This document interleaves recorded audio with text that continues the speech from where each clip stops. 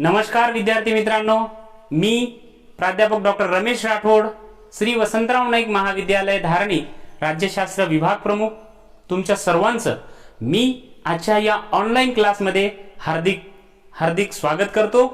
विद्यार्थी मित्रांनो, आज आपण या ऑनलाईन क्लासमध्ये एका महत्त्वपूर्ण विषयासंदर्भात चर्चा करणार आहोत।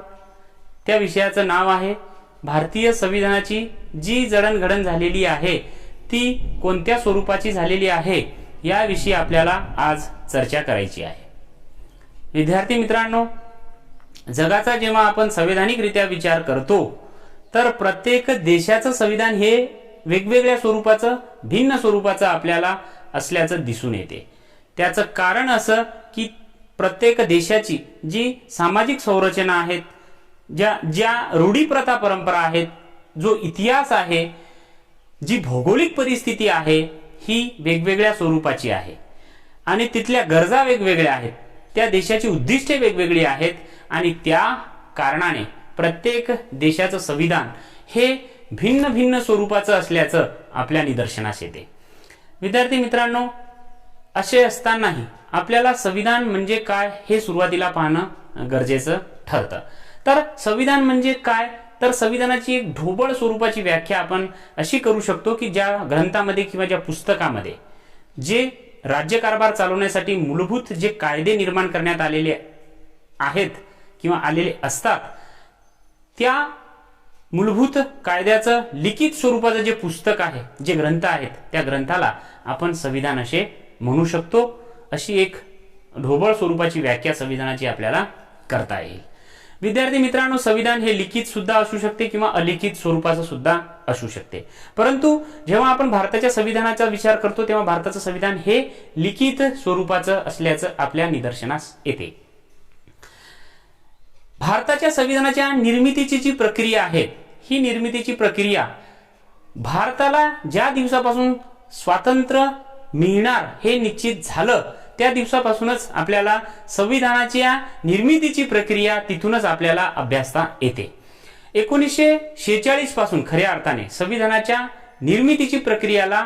गती मिळालेली आहे आणि या संविधान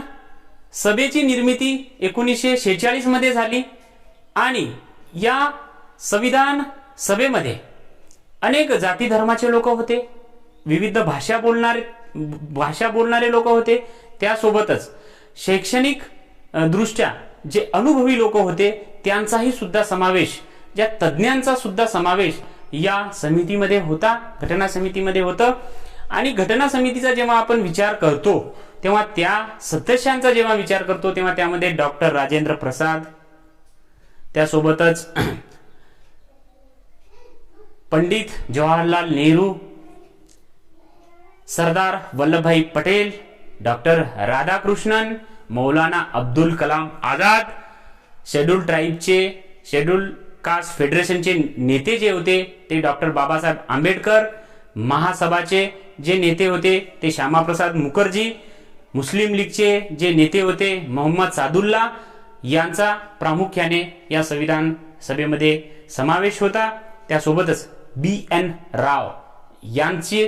कायदेशीर सल्लागार म्हणून यांची नियुक्ती करण्यात आली होती। त्यासोबतच काही महिला सदस्य सुद्धा, मान्यवर महिला सुद्धा या संविधान सभेमध्ये सदस्य म्हणून काम करत होत्या। त्यामध्ये सरोजिनी नायडू,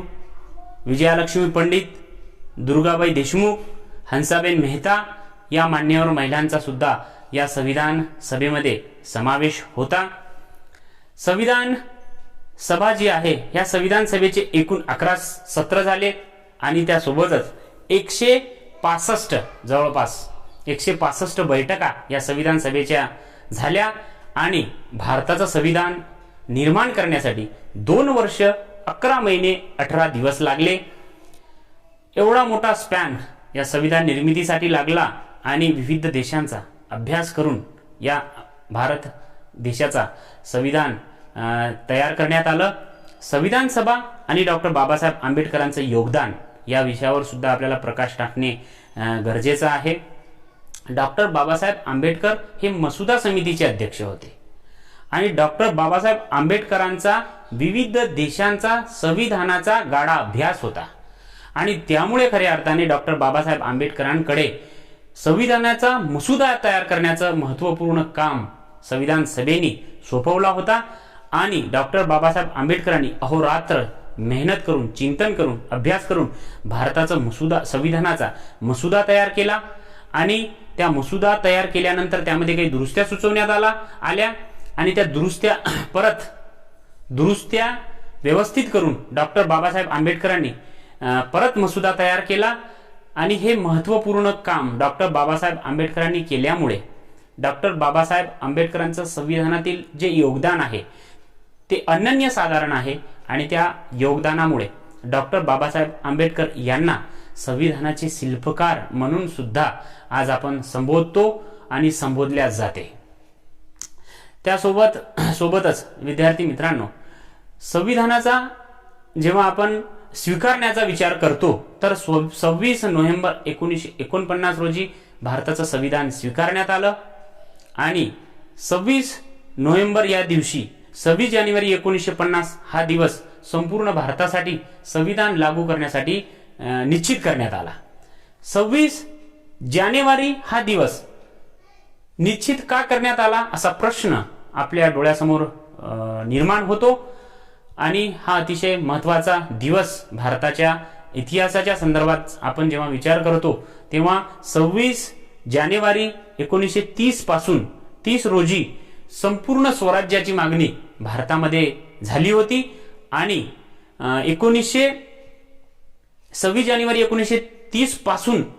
भारतामध्ये स्वराज्य दिन म्हणून 26 जानेवारी हा दिवस पाळला जात होता आणि त्यामुळे खऱ्या अर्थाने 26 जानेवारी 1950 पासून संपूर्ण भारतामध्ये हे संविधान लागू करण्याचं ठरलं। 26 जानेवारी 1950 हा दिवस उजाडला आणि संपूर्ण भारतासाठी संपूर्ण संविधान लागू करण्यात आले आणि त्या दिवसापासून खऱ्या अर्थाने भारत हा जो देश आहे तो देश खऱ्या अर्थाने प्रजासत्ताक बनला आणि म्हणूनच आज आपण संपूर्ण भारतभर 26 जानेवारी हा दिवस प्रजासत्ताक दिन म्हणून आपण आज साजरा करतो आणि त्या दिवशी खऱ्या अर्थाने भारतीय नागरिकांना त्यांचे मूलभूत हक्क मिळालेत, त्यांचं फंडामेंटल राईट्स त्यांना प्राप्त झालेत